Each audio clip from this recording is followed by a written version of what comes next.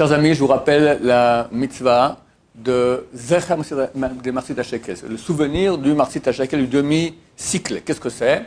À l'époque du temple, c'est marqué dans la Torah, donc qu'on amenait un sacrifice quotidien le matin, l'après-midi, de Shachrit et de Mincha.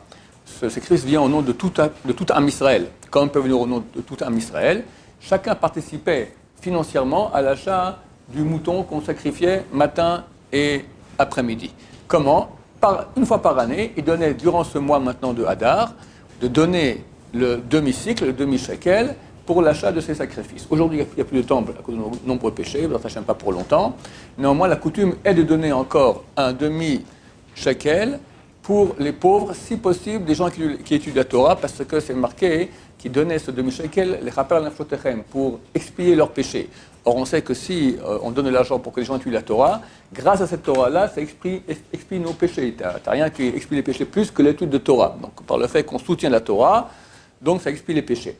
La coutume est de donner cela maintenant jusqu'à Purim. Pourquoi? Le Midrash dit que Dieu a vu que Haman allait donner beaucoup de shkalim, quelques dizaines de milliers de shkalim à Achashverosh pour avoir le droit de tuer le peuple d'Israël.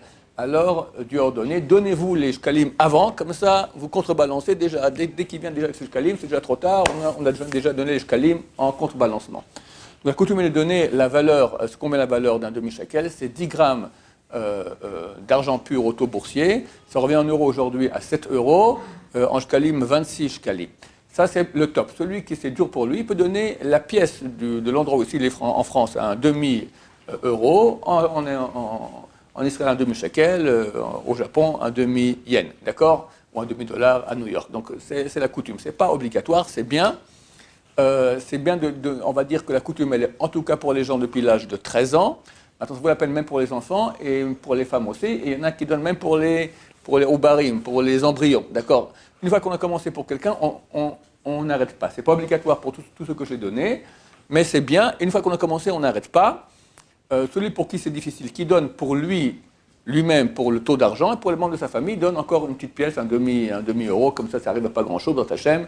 Et ainsi, dans Hachem, Dieu aura pitié de nous, va reconstruire le temple, on pourra amener des sacrifices, et surtout, comme ça on casse la force de Haman, la force de Amalek qui veut notre mal, et à Purim, on vivra sa défaite, Bezrat Hashem. Alors bien sûr, je fais cette annonce-là pour recommander à nos chers internautes de donner à Yoshua Yosef, à Léava, parce qu'ici on étudie la Torah, on diffuse la Torah, il y a beaucoup de Baruchim, Baruch Hashem qui étudient ici, d'Avrechim, donc vous faites d'une pierre 3 coups.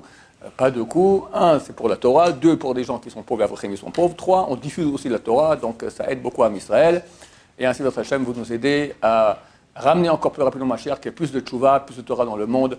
Merci beaucoup, Amen et Amen. Amen.